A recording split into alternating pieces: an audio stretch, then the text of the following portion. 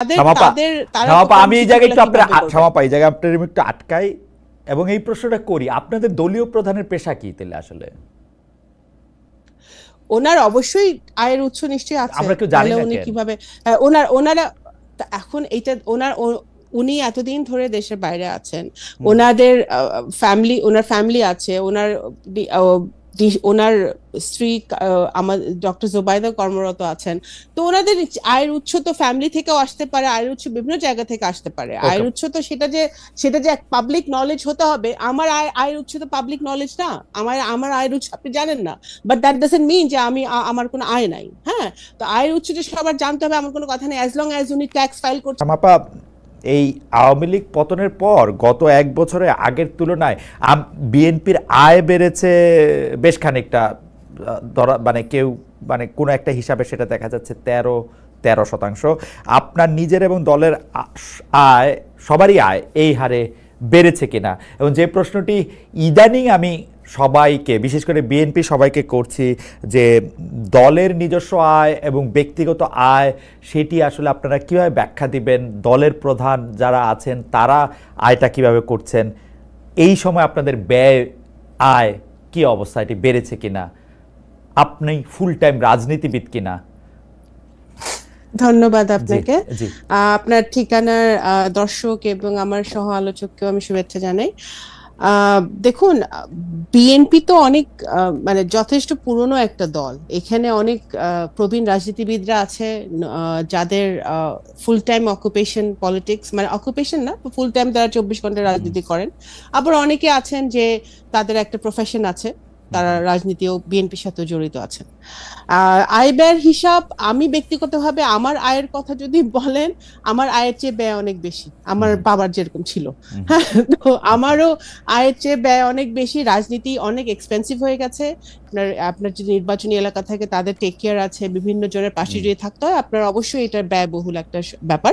সেখানে তো এটা একটা পার্সোনাল দিক থেকে আমি বললাম যে যেসব রাজনীতিবিদরা রাজনীতি করেন ফুল টাইম এবং তাদের একটা প্রফেশন থাকাটা জরুরি আমি মনে করি, কারণ একটা আয়ের উৎস তো দরকার। আমি ব্যক্তিগতভাবে আমার একটা আয়ের উৎস আছে, তো আমি হয়তো সেটা করতে পারি, বাট সেটা আমি আমার ব্যক্তিগত ব্যাপার বললাম।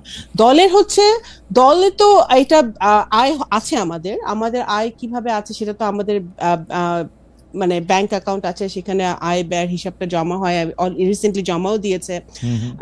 এখানে আমাদের সদস্য পদ নবায়ন হয়, আমাদের বিভিন্ন দেশে যে আমাদের ওয়ার্ড পর্যায়ে নেতা কর্মীরা, ইউনিয়ন, উপজেলা, জেলা, ইভেন কেন্দ্রীয় এক্সিকিউটিভ কমিটি যারা আছে, তারাও এই ফান্ডে তাদের মানে যাদের দলীয় মানে পার্টির যে ইয়েটা দেওয়া হয়, তারা কন্ট্রিবিউট করে, সেটা তো তারা করছে, যেই অ্যামাউন্টটা তাদের ধার্য করা আছে দল থেকে।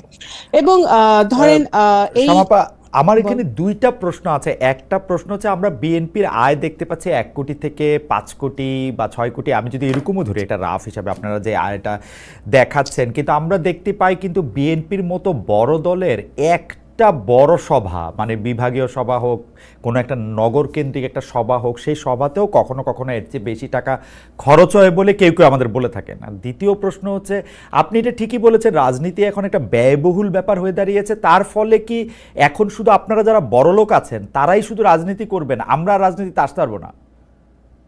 না, না, অবশ্যই না। আমি নিজেকে বড়লোক বলছি না, আমার একটা আয়ের উৎস আছে। বাট আপনার তো এখন না, না, এখন ব্যাপার হচ্ছে কি, শুনেন আমি বলি। এখানে আপনার যে কোনো একটা পাবলিক মিটিং করতে হলে বা যে কোনো একটা সভা করতে হলে অবশ্যই সেখানে টাকার খরচ হয়। সেখানে অনেকে ব্যক্তিগত পর্যায় থেকে কন্ট্রিবিউট করে, যারা অ্যাফোর্ড করতে পারে, দলকে কন্ট্রিবিউট করে, যারা দলের অ্যাক্টিভলি দল করে, তার নিজের থেকেই করে। এটা যদি আপনি এটা এটা দলকে ভালোবেসে করে, দলের নেতা হিসেবে করে, দলের কর্মী হিসেবে করে, অনেকেই করে। এখন আপনার কিন্তু আপনার হাসিনা যাওয়ার আগে পরে সব মিলিয়ে যদি আপনি ধরেন, গত কয়েক বছরে কিন্তু বিএনপি প্রত্যেকটা সবাই কিন্তু আমি যত নলেজে আছে আমার, যে এটা যে সেন্ট্রাল থেকে যে টাকা দেওয়া হয়েছে বিভিন্ন জায়গা থেকে লোক আসার জন্য বা অঙ্গসঙ্গ, তা কিন্তু নয়। অনেকে কিন্তু নিজের পকেটের পয়সা খরচ করেও তখন এসেছে। আমি জানি সেটা ব্যক্তিগতভাবে। হ্যাঁ, আমার বিভাগে আমি বলতে পারি যারা অনেকে এসছে, কিন্তু সেটা দলকে ভালোবেসে এসছে, একটা আন্দোলন চলছে সেই জন্য এসছে, এবং সেই স্পিরিট নিয়ে কিন্তু অনেকেই এসছে ওকে, এবং নিজের বাগাইটার পয়সা খরচ করেছে। সেটা ঠিক, কিন্তু যখন আপনারা ক্ষমতায় যাওয়ার কাছাকাছি বা ক্ষমতা যাওয়ার দৌড়ে আছেন তখন কিন্তু একটু ম্যাট্রিক্সটা চেঞ্জ হয়। যারা নিজের থেকে আসে তারা একটা সুদূর প্রসারী চিন্তা ভাবনা নিয়েই আসে। যেমন আমি যদি এখন আমার বন্ধুকে চিন্তা করি যে আসলে এখন বিএনপি সভায় যাইতে চাবে, আপনাকে অনেকগুলি টাকা দিয়েই যাইতে চাবে আপনার পাশে শুধু বসার জন্য, তার একটা স্বার্থ থাকবে। সেই জায়গা থেকে আমি এটা বলতেছি যে মানে আপনারা এটা স্বচ্ছ ওই রাজনীতি দেখেন, ওই রাজনীতি থেকে তো আমরা বেরোয় আসতে চাই। দল আমি মনে করি ওই ধরনের পলিটিক্স আসতে তো চান, মানে আমি মনে করি দেখেন দলে এখন যাদের এই দল যে হার্ডলাইনে গত 1 বছর ধরে আছে হাসিনা পালিয়ে যাওয়ার পরে, যেমন ধরেন যেখানে যেটা র্যান্ডম শুনছে বহিষ্কার করা হচ্ছে, ব্যবস্থা নেওয়া হচ্ছে। যারা দলে পুরনো আছে তাদেরকে দেশে বিদেশে যারাই অনেকদিন ধরে কাজ করছে তাদেরকে মূল্যায়ন করার চেষ্টা করা হচ্ছে। তা আমি তো মনে করি যে নতুন কাউকে তো আমি আশেপাশে এখন পর্যন্ত দেখছি না। যারা পুরনো এতদিন ধরে 17 বছর ধরে সংগ্রাম করছে তারাই আমি দেখছি। নমিনেশনের সময় আপনি বহু নতুন মুখ দেখবেন, সেটা সব বড় দলই দেখা যায়, তারা নমিনেশন চাইতে আসে। কিন্তু এটা দলের উপর ডিপেন্ড করে যে দল যে কর্মী বা যে নেতাটা দলের পিছনে শ্রম দিচ্ছে বা কাজ করছে তাকে নমিনেশন দিবে না একজন নতুন কাউকে দিবে।